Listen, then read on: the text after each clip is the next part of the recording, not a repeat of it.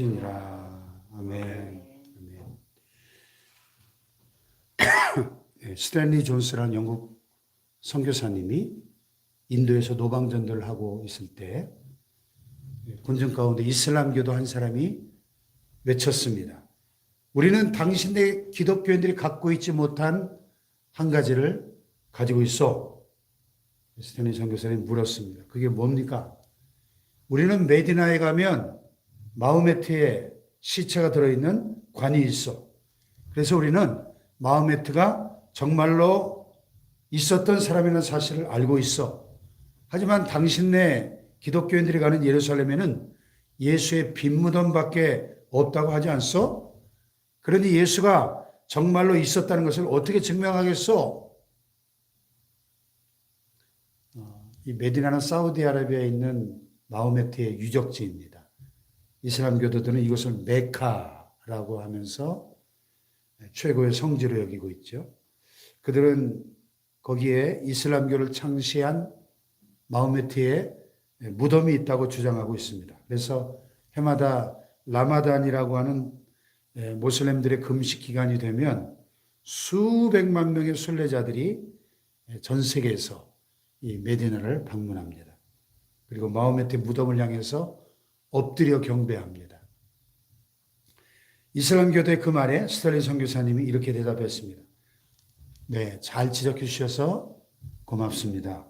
당신의 말대로 그것이 사실입니다.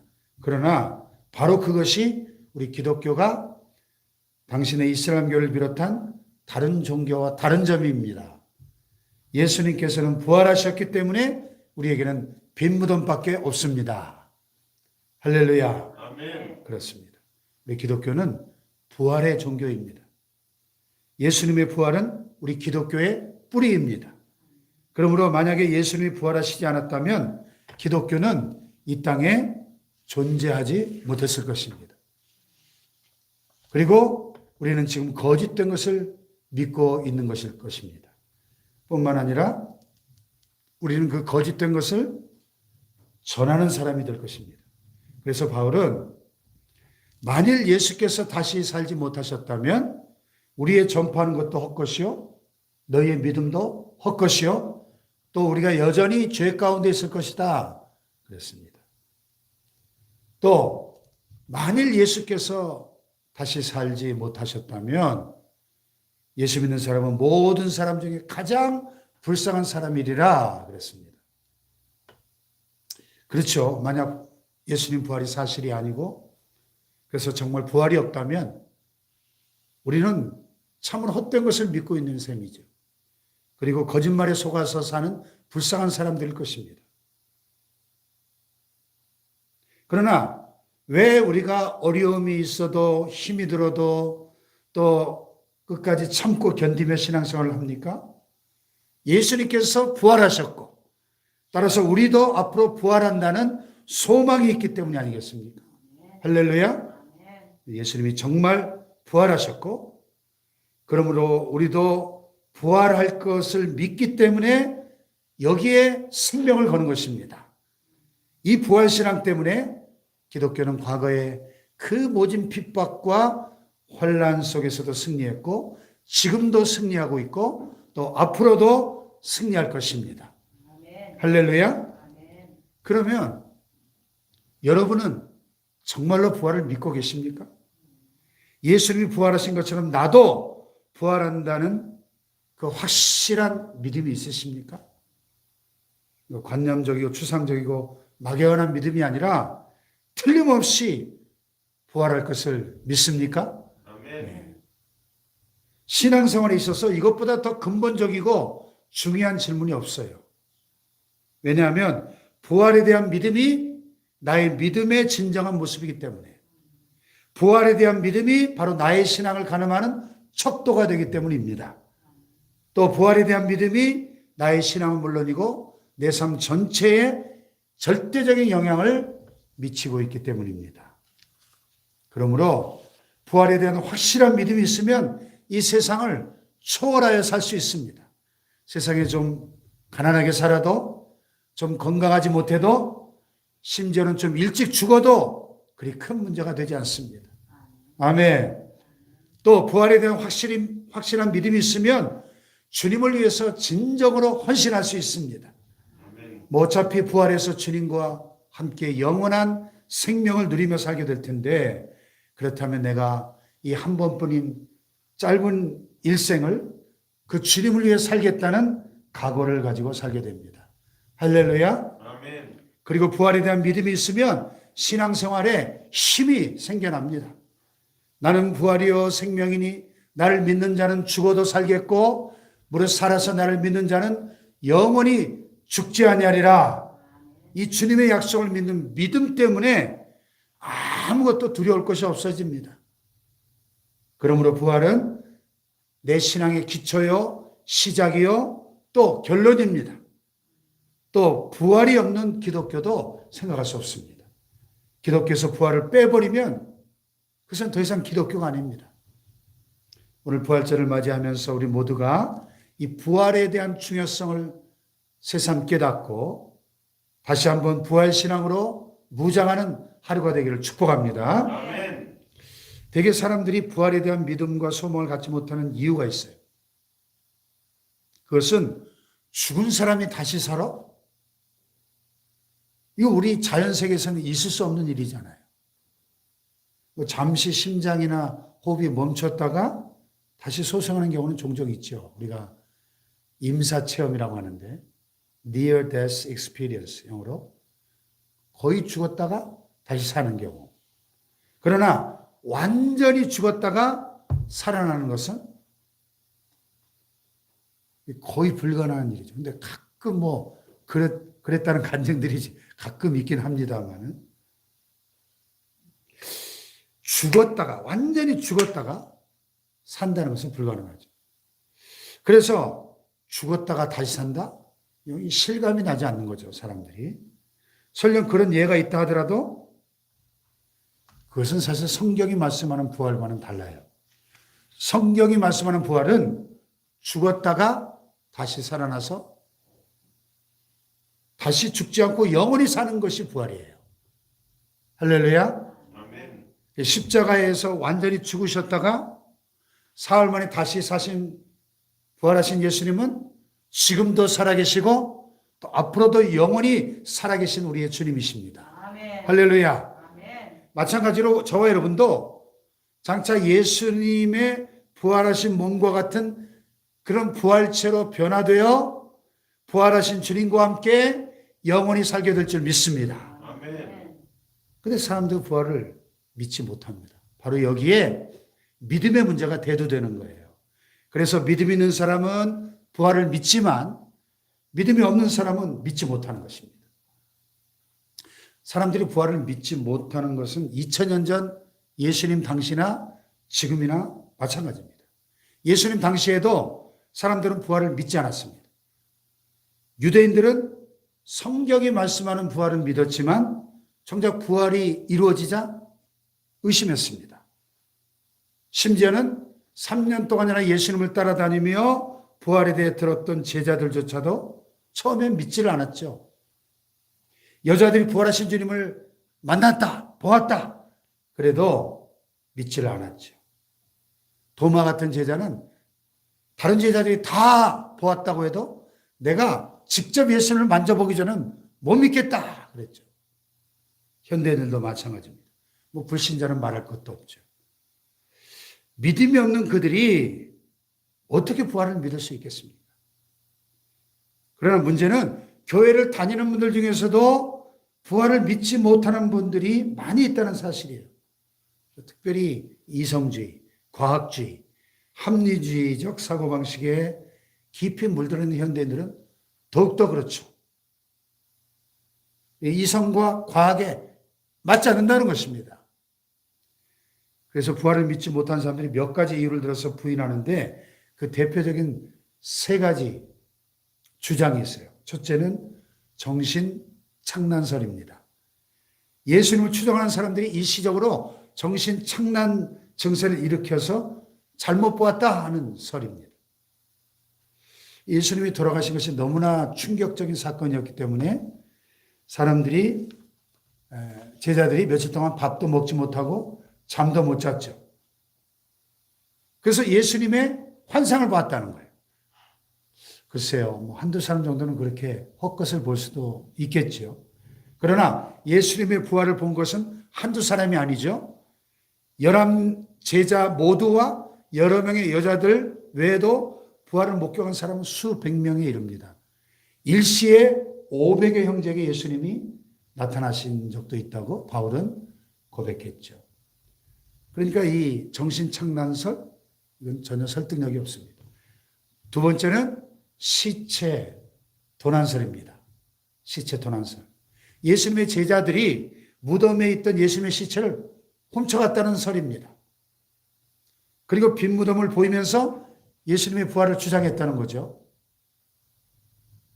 근데 여러분, 예수님의 무덤은 완전 무장한 로마 군인들이 24시간 근무 교대하면서 철통같이 단단히 지키고 있었습니다.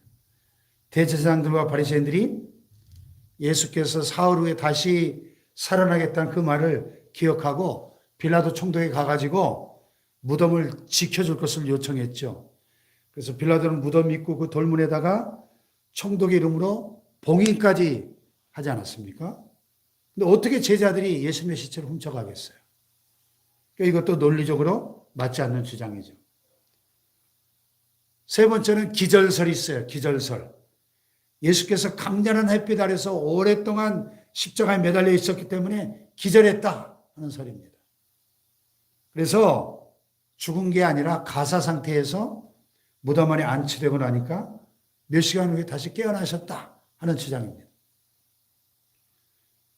즉 예수께서 실제 죽은 것이 아니라 잠시 기절했다가 깨어난 건데 그걸 부활했다고 말한다는 그런 주장이죠. 근데 이것도 전혀 말이 안 되는 주장이죠. 왜냐하면 예수님은 6월절에 죽으셨고 그 다음 날이 토요일이 안식일이었기 때문에 유대인들이 빌라도에게 찾아가서 우리가 거룩한 안식일 날 저주받은 시체들 저렇게 십자가에 매달아 놓는 것을 원치 않습니다. 치워주세요. 그래가지고 로마 군병들이 그 시체들을 치우기 위해서 와서 보니까 예수님 좌우편 강도는 이미 죽었어요. 아직 죽질 않았어요. 그래서 어떻게 했죠? 망치로 무릎을 쳐가지고 다리를 부러뜨렸죠. 그러면 더 이상 숨을 쉴 수 없기 때문에 바로 죽으니까 확인 사살을 한 거예요. 근데 예수님은 보니까 완전히 죽었어요, 이미. 그래서 다리를 부러뜨리지 않고 창으로 옆구리를 푹 찔렀죠. 그랬더니 물과 피가 흘러나왔다 그랬어요. 의사들의 말을 따르면 살아있는 사람에게서는 물과 피가 섞여 나올 수 없대요. 근데 이미 사망한 사람에게서만 물과 피가 섞여 나올 수 있다는 겁니다. 그리고 만일 예수님이 죽은 게 아니라 기절했다면 그렇게 창에 찔린 후에 어떻게 다시 살아날 수 있겠습니까? 또 그 무거운 무덤의 돌을 어떻게 기절했다 깨어난 사람이 무슨 힘으로 그걸 굴려내겠습니까? 참으로 안타깝게도 오늘날까지도 많은 사람들이 이 오래된 거짓말에 속아서 예수님의 부활을 믿지 못하고 있습니다. 예수님은 십자가에서 분명히 죽으셨습니다. 그리고 무덤에 묻히셨습니다. 그리고 사흘 만에 다시 살아나셨습니다. 이것이 역사적 사실이에요. 이것을 믿으시기 바랍니다. 그러면 예수님이 확실히 부활하셨다면 그 증거가 어디 있습니까? 그냥 무조건 믿어야 됩니까? 예수님이 부활하신 것을 믿기는 믿는데 좀 증거가 될 만한 그 확실한 그 어떤 사실이 있습니다. 역사적 사실이라는 것을 증명할 것이 무엇인가? 그 몇 가지만 말씀을 드리면 첫째로 예수님의 빈 무덤. 이것이 확실한 증거죠. 무덤이 비어 있었습니다. 머리를 쌌던 수건과 세마포는 얌전히 개어져 있었습니다. 무덤이 비어 있었다는 말은 시체가 어디로 갔다는 말이죠. 그리고 수건과 세마포가 반드시 개어져 있다는 것은 누군가 그렇게 했다는 것을 의미합니다. 근데 죽은 시체가 어떻게 움직여가지고 그런 일을 할 수 있겠습니까? 예수님은 부활하셔서 수건과 세마포를 개어 놓았습니다. 그리고 무덤에서 나오셨기 때문에 무덤이 비어 있었던 것입니다. 아멘. 두 번째, 무덤을 봉했던 돌이에요. 이 돌은 장정 10여 명이 달려들어야만 옮길 수 있는 큰 돌입니다. 근데 그 무거운 돌이 열려 있었다. 로마 군병들이 철통같이 지키고 있는데 누가 거기서 돌문을 열 수 있겠습니까? 이 돌은 초자연적인 힘에 의해서 열린 겁니다. 본문 4절에 보면 천사가 내려와서 돌을 굴려냈다 그랬어요.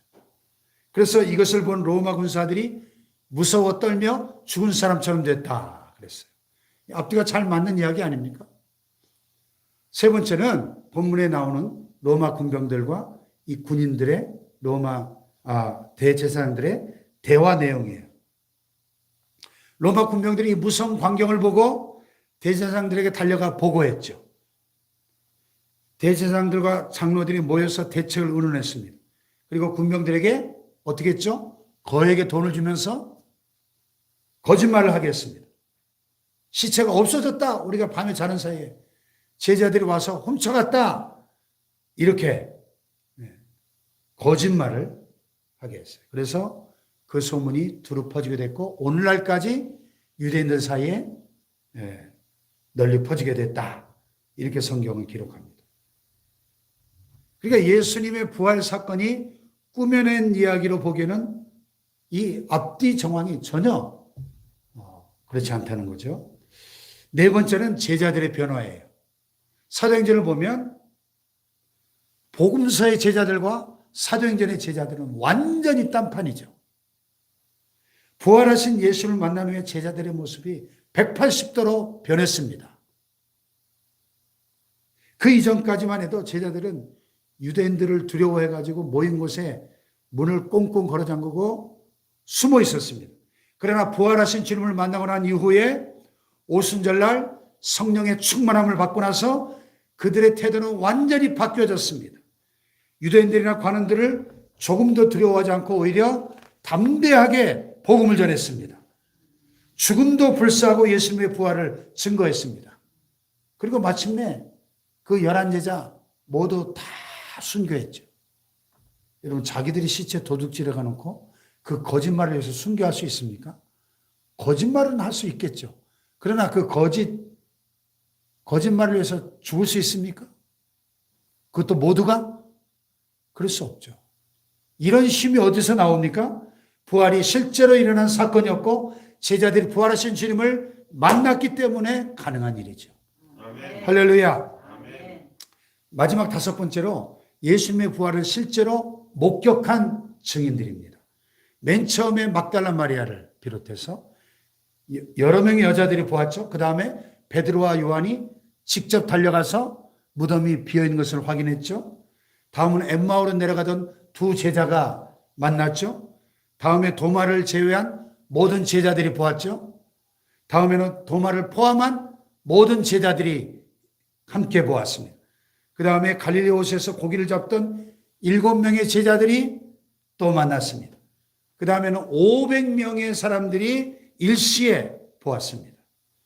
그 후에는 예수님의 친동생 야고보가 예수님을 만났습니다. 그래서 그 전까지는 예수님의 동생이었지만 예수님을 믿지 않았죠. 그러나 부활하신 주님을 만나고 나서 예수님의 제자가 되고 초대교회의 지도자가 되고 야고보서를 기록했습니다. 그 다음 사도 바울이 만났죠.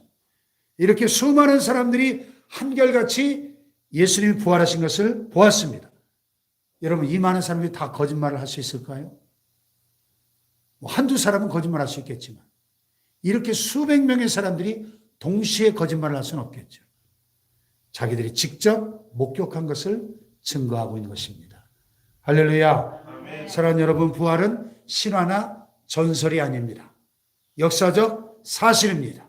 예수님은 부활하셨습니다. 아멘. 막연히 믿지 말고 확실하게 믿으십시오. 아멘. 제자들이 부활의 주님을 다시 만나고 부활에 대한 확실한 믿음을 가졌던 것처럼 오늘 저와 여러분도 부활하신 주님을 만나 확실한 믿음을 가질 수 있기를 축복합니다. 아멘. 그래서 부활에 대한 믿음과 소망을 가지고 세상을 승리하시기를 축복합니다. 아멘. 오늘 부활절을 맞이하면서 이 부활신앙으로 승리하는 저와 여러분의 삶이 되기를 축복합니다. 아멘. 기도하십시다.